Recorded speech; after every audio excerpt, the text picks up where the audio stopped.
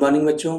चलिए आज हम लोग क्या करने वाले हैं, आज हम लोग सेकेंड मॉडल सेट पेपर जो जैक ने आपको लॉन्च किया है उसमें अकाउंट्स का सेकेंड वीडियो हम लोग बना रहे हैं, जिसमें हम लोग क्या डालने वाले हैं। सेकेंड वीडियो में 2 मार्क्स वाले 8 क्वेश्चन को हम लोग डिस्कस करने वाले हैं और ये बहुत ही इंपॉर्टेंट है, वेरी वेरी इंपॉर्टेंट। क्योंकि देखिए सेकेंड सेट में जितना भी क्वेश्चन डाला गया है वो मेरे अनुभव के अनुसार वो ऐसा लगता है कि वो आने योग्य है। बहुत ज़्यादा मतलब सोच समझ के सेकेंड सेट में क्वेश्चन डाला गया, ठीक है, तो ये आने योग्य है। दूसरी बात हम ये बता दें कि इस बार जो हम अभी 2 नंबर वाले 8 क्वेश्चन जो अभी डिस्कस कर रहे हैं उसका आंसर मैंने थोड़ा बड़ा लिखा है, जो लगभग आप अगर 4 नंबर में भी पूछेगा तो आप वहां पर इसको लिख सकते हैं। आप थोड़ा उसी को छोटा करके लिखिएगा। मेरा उद्देश्य सिर्फ आपको ये क्वेश्चन कराना नहीं है, उससे रिलेटेड चीजों का हमको इन्फॉर्मेशन देना है। मतलब कहने का अर्थ है कि अगर आपको ये क्वेश्चन का, मैंने ज्यादातर क्वेश्चन का आंसर बहुत बड़ा लिख दिया है, आप उतना नहीं लिखिएगा, उसी समय से आप छोटा छोटा करके थोड़ा लिख लीजिएगा। मतलब 4 नंबर योग्य भी होगा। हम हालांकि हर क्वेश्चन में बताते जाएंगे कि क्या करना है, कौन सा बड़ा है कौन सा छोटा है, ये डिस्कस करते जाएंगे। पहला सवाल यहाँ पर पूछा है 2 मार्क्स में कि सब्सक्रिप्शन क्या होता है, व्हाट इज सब्सक्रिप्शन। हालांकि 2 मार्क्स में पूछा है, आपको इतना ही लिखना चाहिए, इससे ज्यादा लिखने की जरूरत नहीं है। लेकिन अगर 4 मार्क्स में पूछेगा तो आप सब्सक्रिप्शन क्या है वो भी बताएंगे और सब्सक्रिप्शन का कंप्यूट करने का फॉर्मेट भी बताएंगे। देखिए क्या है सब्सक्रिप्शन के बारे में, क्या लिखा है हमने यहाँ पर। सब्सक्रिप्शन का आंसर क्या लिखा है, सो ध्यान से देखिएगा। सब्सक्रिप्शन का आंसर क्या है, what is subscription. Subscription are main and regular source of income of non profit organisation. किसी भी नॉन प्रॉफिट ऑर्गेनाइजेशन का मेन सोर्स ऑफ इनकम क्या है, चंदा। जो उसके मेंबर होते हैं वो सब्सक्रिप्शन देते हैं, चंदे देते हैं, उससे काम होता है, ठीक है। और ये रेगुलर सोर्स ऑफ इनकम भी है, वेरी इंपॉर्टेंट है, ठीक है। सब्सक्रिप्शन क्या है, किसी भी नॉन प्रॉफिट ऑर्गेनाइजेशन का मेन और रेगुलर सोर्स ऑफ इनकम क्या का माना जाता है, सब्सक्रिप्शन। मतलब सबसे प्रमुख सोर्स यही है और ये लगातार रेगुलरली मिलता रहता है, ठीक है। अच्छा, the subscription amount is paid to the institution as a fixed interval of the member. देखिए, और एक फिक्स इंटरवल के बाद, पहली बात तो ये बोला कि सब्सक्रिप्शन जो है मेन और रेगुलर सोर्स ऑफ इनकम है, और उस किसी भी नॉन प्रॉफिट ऑर्गेनाइजेशन के जो मेंबर होते हैं वो रेगुलर इंटरवल पर, रेगुलर मतलब एक साल पर या 6 महीने पर क्या होता है, रेगुलर इंटरवल पे एक फिक्स अमाउंट सब्सक्रिप्शन के तौर पे देते हैं। This amount is repeatedly received by the institution, this income is the revenue nature, ठीक है। और ये क्या होता है, ये बार बार मिलता है, इसलिए इसको हम लोग रेवेन्यू नेचर का भी क्या करते हैं, मानते हैं। देखिए ध्यान दीजिए, कई लाइन यहाँ पर बोला गया, लाइन बाई लाइन हम आपको समझाते चल रहे हैं। पहला बात क्या बोला, ठीक है। देखिए पहला बात क्या बोला, सब्सक्रिप्शन क्या है, कोई भी नॉन प्रॉफिट ऑर्गेनाइजेशन का रेगुलर सोर्स ऑफ इनकम है। सब्सक्रिप्शन क्या है, किसी भी नॉन प्रॉफिट ऑर्गेनाइजेशन का रेगुलर सोर्स ऑफ इनकम कौन सा होता है, सब्सक्रिप्शन होता है, ठीक है। अच्छा, ठीक है, लगातार सबसे रेगुलरली मिलने वाला और मेन और रेगुलर सोर्स ऑफ इनकम है। दूसरा बात ये बोला कि ये कौन देता है, जो वहां के मेंबर्स होते हैं। कौन होते हैं, मेंबर्स जो होते हैं वो एक फिक्स्ड अमाउंट जो है फिक्स्ड टाइम पीरियड के बाद क्या करते हैं, देते रहते हैं एज ए सब्सक्रिप्शन, ठीक है।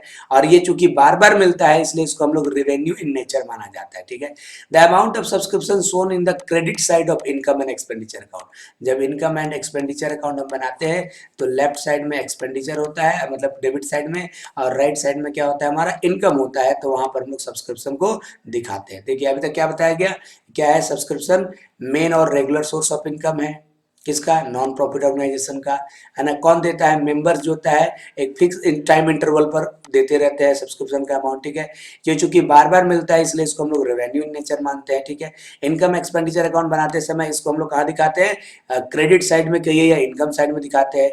इन the institution where accounting done accrual basis, subscription are only related to the financial in the shown in the income expenditure. देखिए क्या बड़ा अच्छा लाइन बोला कि जो लोग क्या सामान्यतः सब लोग अपना अकाउंटिंग कैसे करते हैं, एक्रूअल बेस पर करते हैं। In the institution where accounting is done on the accrual basis. ऐसे सभी इंस्टीट्यूशन जहां पर अकाउंटिंग किस बेस पर होता है, एक्रूअल बेसिस पर होता है, वहां सिर्फ फाइनेंशियल ईयर का मतलब करंट ईयर का सब्सक्रिप्शन को दिखाया जाता है इनकम में, प्रीवियस और नेक्स्ट ईयर का दिखाया नहीं जाता, ठीक है। और करंट ईयर का निकालने का फॉर्मेट ये है। तो देखिए क्या क्या बोला, पहला बात बोला सब्सक्रिप्शन जो है मेन सोर्स ऑफ इनकम है कोई भी नॉन प्रॉफिट ऑर्गेनाइजेशन का, और रेगुलर सोर्स ऑफ इनकम है ना, नॉन प्रॉफिट ऑर्गेनाइजेशन का। अच्छा, इसमें क्या दिया जाता है, सब्सक्रिप्शन, सब्सक्रिप्शन का अमाउंट पेड किया जाता है एक फिक्स टाइम इंटरवल के बाद, किसके द्वारा, मेंबर के द्वारा, ठीक है। अच्छा, चूंकि ये लगातार मिलता है, बार बार मिलता है, इसलिए रिवेन्यू इन नेचर है, ठीक है। सब्सक्रिप्शन को इनकम और एक्सपेंडिचर के इनकम साइड में या क्रेडिट साइड में दिखाया जाता है। जो लोग एक्रूअल बेस पर अकाउंटिंग करते हैं वो अपना फाइनेंशियल यानी करंट ईयर का ही सब्सक्रिप्शन दिखाते हैं, प्रीवियस और नेक्स्ट ईयर को उसमें हम लोग नहीं शो करते, है ना। और करंट ईयर का देखिए, अगर 2 मार्क्स में इतना लिख देंगे तो इनफ है, लेकिन अगर वही 4 मार्क्स का आ जाए यही क्वेश्चन, तो इसमें आप ये चीज ऐड कर सकते हैं, ठीक है, कि सब्सक्रिप्शन करंट ईयर का निकाला कैसे जाता है। तो टोटल सब्सक्रिप्शन जो मिल गया पहले उसको लिख देंगे, उसमें क्या करते हैं हम लोग, टोटल में आउटस्टैंडिंग फॉर करंट ईयर जोड़ देते हैं, और outstanding subscription for the previous year क्या कर देते हैं, माइनस कर लेते हैं जो करंट ईयर में हमको मिल गया है। सब्सक्रिप्शन एडवांस एट बिगिनिंग जोड़ देते हैं, इसका मतलब होता है received in previous year for current year, और एडवांस एट एंड घटा देते हैं, मतलब received in current year for next year. तो इस तरह से करंट ईयर का सब्सक्रिप्शन मिल जाता है, ठीक है। तो अगर आपका सिर्फ 2 मार्क्स का क्वेश्चन आता है, ठीक है, तो सिर्फ आप यहाँ पर ऊपर में जो लिखे हैं उसी को लिख दीजिए। 4 मार्क्स का आएगा तो आप साथ में फॉर्मेट भी लिख सकते हैं, ठीक है। अच्छा, अब सेकंड क्वेश्चन है हम लोग सामने, क्या है सेकंड क्वेश्चन, सेकंड क्वेश्चन है सर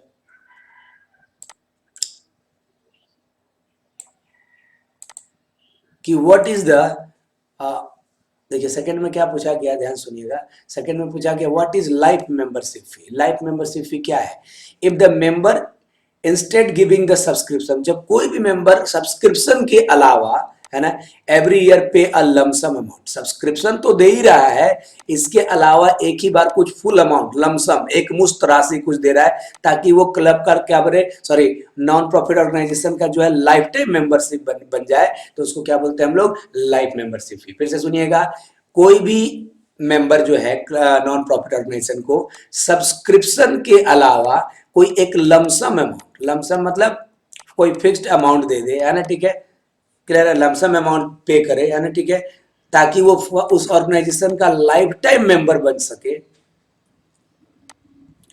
तो उसको क्या बोलते हैं हम लोग, लाइफ मेंबरशिप। एक बार फिर से रिपीट कर रहे हैं, if instead the giving subscription, subscription के अलावा every year pay lump sum amount to the life time membership of the non profit organisation, this amount is called the life membership fee, ठीक है। तो सब्सक्रिप्शन के अलावा कोई भी मेंबर अगर एक मुश्त राशि लमसम अमाउंट पे करता है ताकि वो उस नॉन प्रॉफिट ऑर्गेनाइजेशन का लाइफ टाइम मेंबर बन सके, तो उसको हम लोग क्या बोलते हैं, लाइफ मेंबरशिप फी। अकाउंटिंग ट्रीटमेंट क्या होता है लाइफ मेंबरशिप फी का, जो लाइफ मेंबरशिप फी होता है उसको किस तरह से बुक्स में हम लोग शो करते हैं, अकाउंटिंग ट्रीटमेंट लिख दीजिए तो बढ़िया हो जाएगा यहाँ पर, और ठीक है, अकाउंटिंग ट्रीटमेंट कहाँ दिखाते हैं, as a life time membership fee is the whole life, अगर लाइफ मेंबरशिप एक ही बार दिया जाता है पूरे लाइफ के लिए, इसलिए इसको कैपिटल रिसिप्ट ट्रीट किया जाता है, और इसीलिए इसको बैलेंस शीट के लायबिलिटी साइड में शो करते हैं। बहुत सिंपल सा आंसर है कि क्या होता है लाइफ मेंबरशिप फी, तो क्लब का कोई भी मेंबर सब्सक्रिप्शन के अलावा, है ना, अगर एक लमसम अमाउंट पे करता है, क्या पे करता है, लमसम अमाउंट पे करता है, ताकि वो होल टाइम मतलब होल लाइफ, पूरे जीवन भर उस नॉन प्रॉफिट ऑर्गेनाइजेशन का मेंबर बना रहे, ठीक है, तो उसको क्या बोलते हैं हम लोग, लाइफ मेंबरशिप फी, ठीक है। कोई भी क्लब का मेंबर सब्सक्रिप्शन के अलावा एक लमसम अमाउंट पे करता है ताकि उस ऑर्गेनाइजेशन का होल टाइम मेंबर बना रहे, तो उसको हम लोग क्या बोलते हैं, उस एनपीओ का होल टाइम मेंबर बना रहे, तो उसको क्या बोलते हैं, लाइफ मेंबरशिप फी। अब सवाल आ रहा है ट्रीटमेंट क्या होगा, चूंकि ये होल लाइफ में एक ही बार दिया जाता है, मतलब ये नॉन रिकरिंग इन नेचर हो गया, इसलिए इसको कैपिटल रिसिप्ट ट्रीट करते हैं और इसको बैलेंस शीट के लायबिलिटी में दिखाते हैं। ओके, दूसरे सवाल का आंसर भी हो गया। तीसरा, लिस्ट ऑफ एनी, तीसरा सवाल पूछा है, list of 2 essential element of the partnership.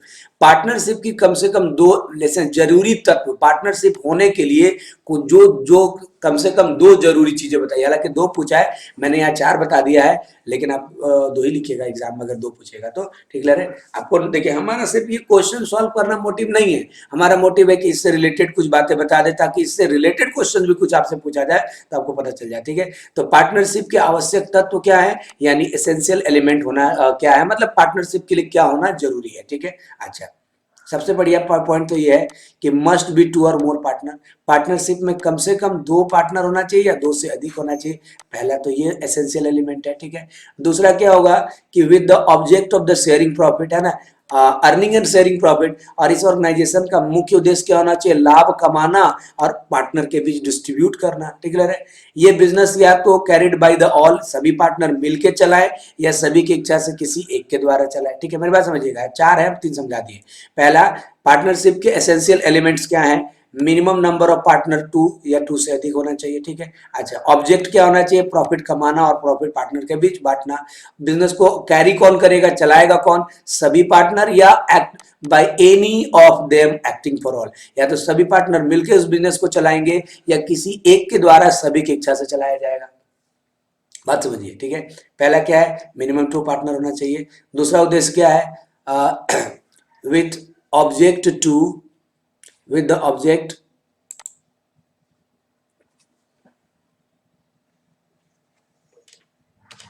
to earn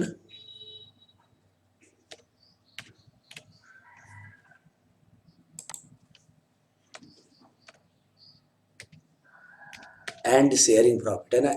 इसका उद्देश्य क्या होना चाहिए, इसका पार्टनरशिप का दूसरा उद्देश्य क्या है कि उसका उद्देश्य ये होना चाहिए कि प्रॉफिट अर्न भी करे और आपस में क्या करे, शेयर भी करे, ये उद्देश्य होना चाहिए। देखिए क्या क्या उद्देश्य है, तो कम से कम 2 पार्टनर होने चाहिए। पार्टनर्शिप फर्म का उद्देश्य लाभ कमाना और पार्टनरों के बीच बांटना होना चाहिए। पार्टनरशिप फर्म जो है या तो सभी पार्टनर मिलकर चलाए या सभी की इच्छा से एक चलाए। इसको मतलब समझा रहे, देखिए जैसे मान लीजिए एक फर्म में 3 पार्टनर है, ABC। ठीक है, तो या तो ABC तीनों मिलकर चलाए। अब मान लो ए किसी अस्पताल में डॉक्टर है, बी कहीं स्कूल में टीचर है, और सी के पास अभी फिलहाल कोई जॉब नहीं है, तो ए और बी ने बोला कि तुम ही चलाओ बिजनेस को और जो सैलरी हो जाएगा वो तुमको दे देंगे। तो यहाँ पर बिजनेस चला कौन रहा है, सी, सभी की इच्छा से, है ना। तो carried by, must carried by all or any of acting for all, है ना। ठीक है, ये तीसरा हो गया।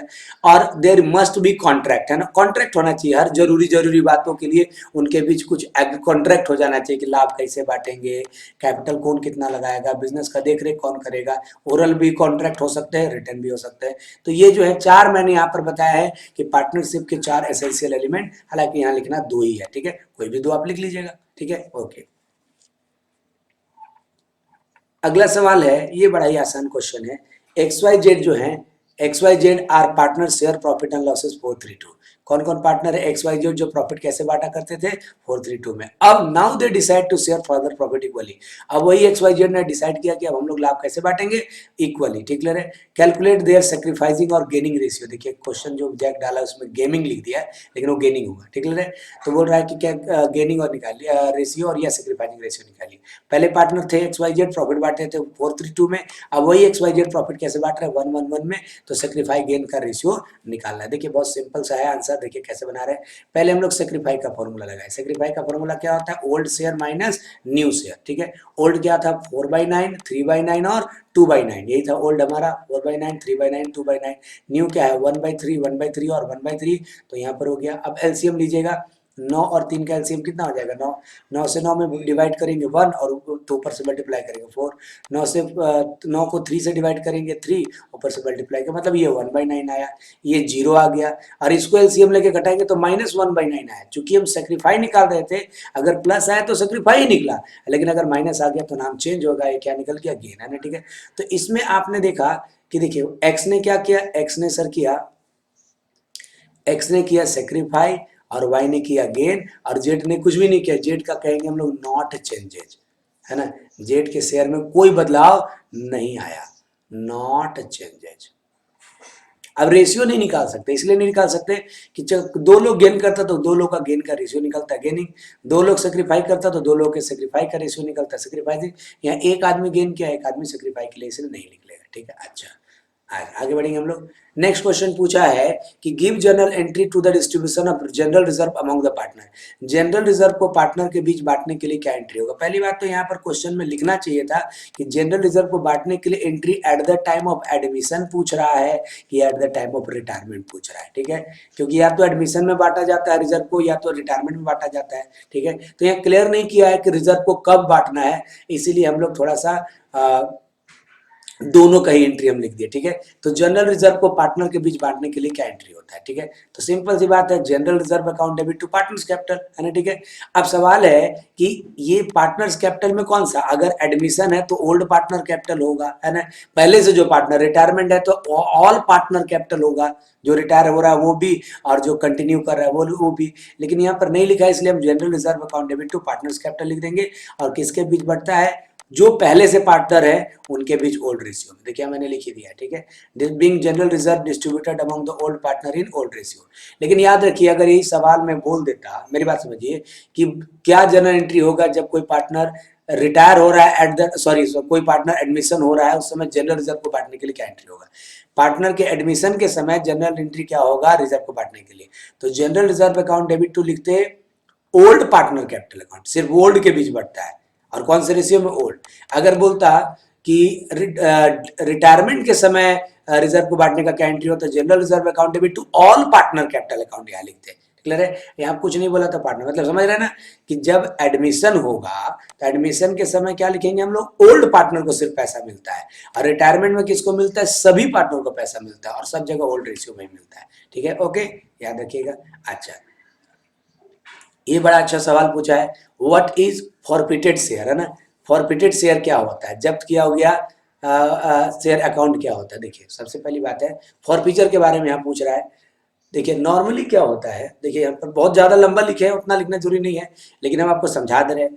Normally company demand the amount due on share to the share holder on instalment, on application, on allotment, on call. देखिए क्या बोला है कि सामान्यतः क्या होता है कि शेयर का पैसा जो है मांगा जाता है किस्तों में, एप्लीकेशन के साथ, अलॉटमेंट के साथ और कॉल के साथ, ठीक है। अच्छा, सम टाइम कभी कभी ऐसा होता है, it may happen the share holder में fail to the pay allotment and call money, ठीक है। शेयर होल्डर अलॉटमेंट और कॉल का पैसा देने में क्या हो जाता है, फेल हो जाता है ऑन द ड्यू डेट, है ना, ठीक है। मेरी बात समझिए, पहला क्या हुआ बोला यहाँ पर लाइन, कि जनरली शेयर का पैसा कैसे मांगा जाता है, इंस्टॉलमेंट में, कुछ पैसा एप्लीकेशन में, कुछ अलॉटमेंट में, कुछ कॉल में, ठीक है। लेकिन सम टाइम क्या होता है कि कोई कोई आदमी जो है अलॉटमेंट और कॉल का पैसा आप समय पर पे करने में फेल हो जाता है। If the article of association of company how provision, अगर उनकी कंपनी के रूल बुक, जिसको हम लोग आर्टिकल ऑफ एसोसिएशन बोलते हैं, में अगर ये लिखा हुआ है कि उनको फॉरफिट करने का पावर है, तो वो फॉरफिट कर सकते हैं। देखिए फॉरफिट मतलब क्या होता है, अब मान लो 10 का शेयर है, 2 रुपये एप्लीकेशन में देना था, 3 रुपये अलॉटमेंट में देना था, 5 रुपये फर्स्ट कॉल में देना था। एक आदमी ने उस कंपनी के 100 शेयर लिया, एप्लीकेशन का पैसा दे दिया, अलॉटमेंट का पैसा दिया, फर्स्ट कॉल का पैसा नहीं दिया, तो कंपनी इनसे शेयर वापस ले रही है, ठीक है, और इनका ये पैसा जब्त कर ले रही है। मेरी बात समझिएगा, उन्होंने 5 रुपया दे दिया था और 5 रुपये नहीं दिया, ठीक है। अगर बोलता है कि कंपनी शेयर वापस ले रही है और पैसा लौटा रही है, तो इसका मतलब ये होता है कि देखिए वो व्यक्ति है, जैसे मान लीजिए उस व्यक्ति का नाम, मान लीजिए नाम है राम, ठीक है। एक कंपनी ने 10 रुपये वाला शेयर इशू किया, 2 रुपये एप्लीकेशन में मांगा, 3 रुपये अलॉटमेंट में मांगा, 5 रुपये फर्स्ट एंड फाइनल कॉल में मांगा। राम नाम का एक व्यक्ति है जो उस कंपनी के 100 शेयर लिया है, उन्होंने एप्लीकेशन का 2 दे दिया, अलॉटमेंट का 3 दे दिया, फर्स्ट कॉल का 5 नहीं दिया। अब यहाँ पर शेयर फॉरफिट करने का क्या मतलब है, रिटर्न करने का मतलब तो ये होता है कि उनसे शेयर वापस लेके उनका, उनसे जो 5 रुपया वो ले चुका है वापस कर देता है। यहाँ रिटर्न नहीं होता, यहाँ फॉरफिट होता है। क्या होता है फॉरफिट, मतलब इनसे शेयर भी वापस लिया जाएगा, कंपनी राम लेगा, और ये जो 5, 2 और 3, 5 रुपए ले चुका है उसको वो जब्त कर लेगा, यही कहलाता है फॉरफीचर। क्या कहलाता है, फॉरफीचर अमाउंट। तो वही बोल रहा है कि नॉर्मली कंपनी डिमांड करता है शेयर का पैसा इंस्टॉलमेंट में, कौन कौन, एप्लीकेशन, अलॉटमेंट और कॉल में, ठीक है। समटाइम्स शेयर होल्डर में fail to the pay allotment and call money due time on the due in the due time due the some reason, कुछ कारणों से शेयर होल्डर जो है समय पर पैसा जो है नहीं दे पाते। If the article of association of company has provision, company का जो आर्टिकल ऑफ एसोसिएशन मतलब जो रूल बुक है, अगर उसमें ऐसा लिखा हुआ है कि that company has forfeit this share on which due dispute call, अगर उसमें ऐसा लिखा हुआ है कि अगर शेयर होल्डर पेमेंट नहीं देगा तो हम फॉरफिट कर सकते हैं, तो वो कंपनी शेयर को फॉरफिट कर सकती है, जब्त कर सकती है। Forfeiture of share means the company has power to forfeit, forfeit मतलब क्या करना, जब्त करना, फॉरफिट द अमाउंट। अभी बोले ना 2 दे दिया था, 3 दे दिया था, 5 नहीं दिया, तो ये अमाउंट को फॉरफिट करना, ये दोनों अमाउंट को क्या बोलता है, जब्त करना, ठीक है। तो कंपनी बोल रहा है कि फॉरफिट ऑफ शेयर का मतलब होता है कि कंपनी के पास पावर है कि जो पैसा वो ले लिया है ना, उसको क्या कर ले, जब्त कर ले, और on the share of the defaulting tenant, जो इसके पास ये शेयर जिन्होंने पैसा नहीं दिया उनसे, ठीक है। और his name was removed from the register of member, ठीक है। और उनके नाम को मेंबर्स के रजिस्टर से क्या कर दिया जाए, हटा दिया जाए। देखिए फिर से एक बार पढ़ेंगे। नॉर्मली क्या होता है, शेयर होल्डर शेयर का पैसा कैसे मांगते हैं, इंस्टॉलमेंट में, एप्लीकेशन, अलॉटमेंट, कॉल में। लेकिन कभी कभी क्या होता है, कुछ शेयर होल्डर अलॉटमेंट और कॉल का पैसा पे करने में क्या हो जाते हैं, फेल हो जाते हैं। और अगर उनका आर्टिकल ऑफ एसोसिएशन में ऐसा प्रोविजन है तो उन शेयरों को वो फॉरफिट कर सकता है, मतलब जब्त कर सकता है। ठीक है, फॉरफिचर का मतलब क्या है कि उनके पास एक पावर है कि जो पैसा वो ले चुके हैं वो भी ना लौटाएं और शेयर को भी वापस ले ले, जो पैसा ले लिए वो जब्त कर ले। ठीक है, जैसे एप्लीकेशन का दे दिया, अलॉटमेंट का दे दिया, फर्स्ट कॉल का नहीं दिया, अब शेयर जब्त कर रहे हैं तो ये वाला पैसा जब्त कर ले और शेयर भी इनसे वापस ले ले। ठीक ले रहे, और उनका नाम जो है उनके रजिस्टर से, कंपनी का जो रजिस्टर मेंटेन होता है कि कौन किस शेयर किसको दिए, वहां से रिमूव कर दे। ठीक ले रहे, वही पार्ट बोल रहा है कि forfeiture of share means the company has power to forfeit the amount paid on the share, है ना, वह पैसे को जब्त कर ले जो कि इस शेयर पे भुगतान किया जा चुका था by the share of the default, है ना, जब अगर वो शेयर का पैसा share holder of the default payment नहीं देता है। और remove the name of the register of member, और कंपनी के शेयर होल्डर के या मेंबर्स के नेम से उनको हटा दिया जाए। ठीक है, इतना भी लिख दीजिएगा, इनफ है 2 नंबर में। The company has power to reissue this share according to somebody else, और कंपनी के ये भी पावर है कि ये वापस जब्त करके किसी और को ये शेयर बेच सकता है। According the provision of company act 2013, notice of 40 days given to the share holder to clear the due in respect of the call made after expiry of specific time. ठीक है, देखिए कंपनी एक्ट 2013 के अनुसार 14 दिनों का उनको notice देना पड़ता है। किसको, अगर कोई शेयर होल्डर पेमेंट नहीं किया है तो उनको नोटिस देके 14 दिन का समय दीजिए कि 14 दिन में बकाया दे दो, और अगर नहीं देगा तो उन शेयरों को आप क्या कर सकते हैं, जब्त कर सकते हैं। Deposit the such notice additional time allotment in the share holder does not pay the of due his share of forfeit after the passing the special resolution. ठीक है, और वो नोटिस पीरियड खत्म होने के बाद वो शेयर उनसे वापस ले सकते हैं। ठीक है, तो ये था आपका व्हाट इज शेयर फॉरफिचर। इतना बड़ा लिखने की जरूरत नहीं है ना, छोटा भी लिखेंगे चलेगा, लेकिन इतना लिख दिएगा तो और अच्छी बात है। व्हाट इज डिबेंचर, डिबेंचर क्या होता है। ठीक है, तो देखिए कंपनी को कभी कभी फंड की आवश्यकता पड़ती है तो पहले वो शेयर इशू करके फंड लेता है, अब फिर बाद में अगर डिवेंचर भी इशू कर सकता है। देखो शेयर इशू करने के एक डिसएडवांटेज क्या है कि जितने ज्यादा शेयर होल्डर बढ़ेंगे कंपनी के को डिसीजन लेने में उतनी ही परेशानी होने लगेगी, इसलिए बार बार कंपनी शेयर नहीं इशू करके डिवेंचर इशू करता है। और डिवेंचर जब इशू करता है तो डिवेंचर को कंपनी के लिए लोन माना जाता है, क्रेडिटर माना जाता है, और कंपनी हर साल उसके लिए क्या देती है, इंटरेस्ट देती है, जबकि शेयर के लिए क्या देती थी, डिविडेंड। देखिए आप बताएं, a debenture is a certificate issue under the seal of the company with the avoidance evidence, है ना, of the company has take loan from the holder for the long period certain rate of interest. देखिए पहली बार debenture है क्या, debenture एक तरह का certificate है जो कि कौन इशू कर रहा है, कंपनी इशू कर रहा है, जिसमें कंपनी की सील मतलब मुहर, सिग्नेचर, जैसे हम लोग अपना क्या साइन करते हैं उस तरह कंपनी का मुहर होता है, सिग्नेचर होता है। ठीक है, समझ में आ रही बात को। तो डिवेंचर एक सर्टिफिकेट है जिसमें कंपनी का सील लगा हुआ है, जो कि क्या काम करता है, एविडेंस के तौर पे, प्रमाण के तौर पे काम करता है कंपनी का कि कंपनी ने इस व्यक्ति से लॉन्ग टर्म लोन लिया है और कुछ सर्टेन रेट ऑफ इंटरेस्ट है ना। ठीक है, तो डिवेंचर क्या है, एक सर्टिफिकेट है जिसमें कंपनी की क्या लगी होती है, सील लगी होती है, जो किस तौर पे काम करता है, प्रमाण के तौर पे काम करता है कि कंपनी ने इस व्यक्ति से लॉन्ग टर्म के लिए लोन लिया है और कुछ ब्याज रेट के आधार पर। ठीक है, अच्छा, the debenture holder of the loan provider, debenture holder कौन होते हैं, आर द लोन प्रोवाइडर, जो लोन देते हैं या जिससे कंपनी लोन लेती है उसको डिवेंचर होल्डर कहते हैं। Hence they not have the right to get the dividend, है ना, हाँ, लेकिन वो उनको डिविडेंड नहीं मिलता है बल्कि उनको क्या मिलता है, इंटरेस्ट, है ना, rather than they get interest on the amount of the provided as a loan. ठीक है, तो जो लोग डिवेंचर जो लोग कंपनी को लोन दिए हैं उसको हम लोग डिवेंचर होल्डर बोलते हैं, उनको डिविडेंड मिलने का अधिकार नहीं होता है बल्कि उनको इंटरेस्ट मिलने का अधिकार होता है उस राशि पर जितना उन्होंने कंपनी को लोन दिया है, irrespective of the fact company has the profit और नॉट। ठीक है, और हर हाल में उनको ये इंटरेस्ट मिलता है चाहे कंपनी को मुनाफा हो चाहे ना हो। Apart from it in case of liquidation, इसके अलावा जब कंपनी बंद होने लगती है debenture holder right to get the capital back before refund of the equity share.